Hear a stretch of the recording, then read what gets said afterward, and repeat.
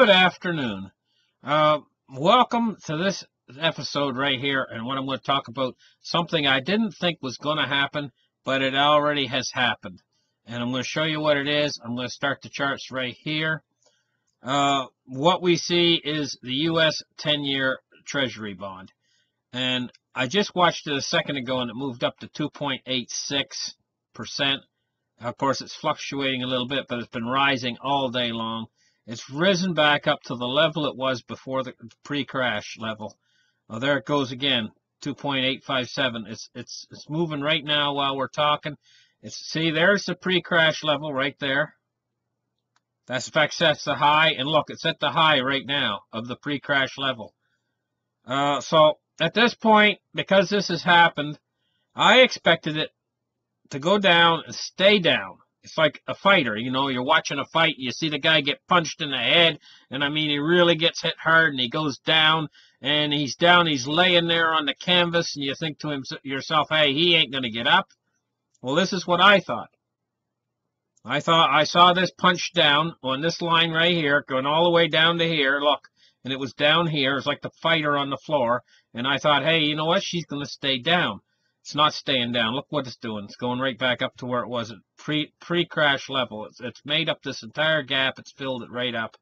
And so now this is your warning right here. Crash imminent.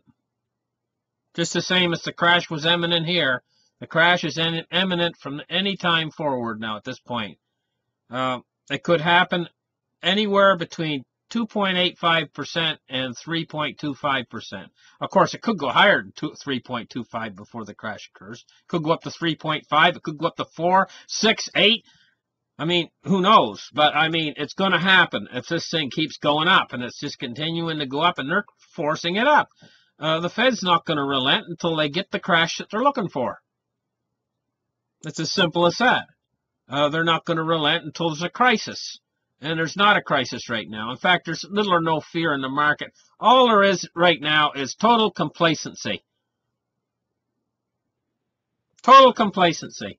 They've seen the Dow Jones recover somewhat, recovered like 500 points yesterday. It's recovered 250 points today. Everything's golden again, right? Cryptocurrencies are back up again, $8,118 as I speak right now. You know, they're back up somewhat. The market's back up somewhat. Everybody's breathing a collective sigh of relief. I'm the only one that's not breathing a collective sigh of relief right now. I am like, you guys better panic. Because right now, crash is imminent. Crash is imminent. You've been warned. If you're going back into the stock market right now, or you're going back into cryptocurrencies right now, because you think it's over and you think that you're going to ride them up to the moon right now, you've been warned, because this thing has surprised me. It surprised me in the fact that I thought it was going to stay down. I thought we were in for like a 6-week rally here.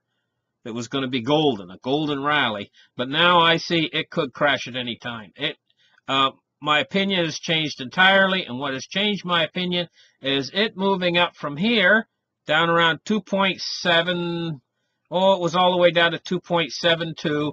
Going all the way up to 2.85 in like one day. You know? Where will it go tomorrow? It's just keep going up and up and up. It's going to burn, crash and burn. The whole system's going to crash and burn. And I mean it, because this whole thing could crash and burn the entire system. Because, yeah, it's right. It could go up to 2.85 today and no crash. Tomorrow, the market could continue to climb. You guys say, hey, you know what? Glenn's wrong. The market's still climbing. We're in our recovery. You know, and the market could climb all next week. And Bitcoin could continue to go up and up and up all next week. But we're in the position now for the crash. And the crash is coming. It might not come next week. It might not come next month. It might wait all the way until this summer before it hits. But what I'm warning you of is this U.S. 10-year, the rates increasing like they are. You know, what is it today? 2.85. It's going to be 2.86. I mean, 2.86, yeah, and then 2.89, and then the next thing you know, it's going to be 3.0. and then it'll be 3.15, and then 3.25. It's just going to keep going this way until we get the crash. And I think the next crash is going to be the big one. I think this one was a warning to all of you guys. And I think right now, all of you guys are getting back in. You're jumping back in. You're buying the dip. And I'm warning you. I'm warning you now. This is not what I thought it was. This is not, I don't think it's going to last real long.